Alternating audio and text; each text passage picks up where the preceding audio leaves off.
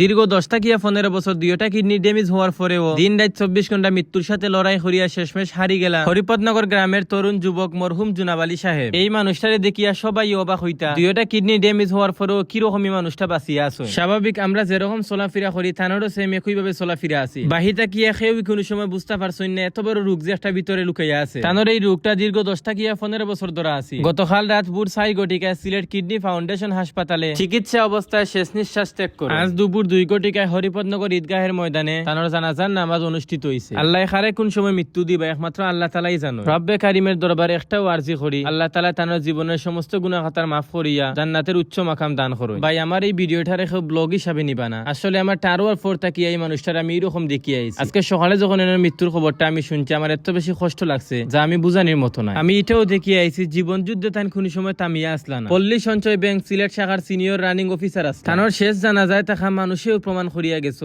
কি পরিমাণে মানুষে তানরে বালা ফাইতা। এই ভিডিওটা আমি মূলত করছি স্মৃতি হিসাবে তাকার লাগিয়া। সবার কাছে একটা অনুরোধ করমু সবাই তানোর লাগিয়া বেশি বেশি করিয়া দোয়া করবা। আল্লাহ তাআলা যেন তানোর জীবনের সমস্ত গুনাহ খাতা মাফ করিয়া জান্নাতের উচ্চ মাকাম দান করুন।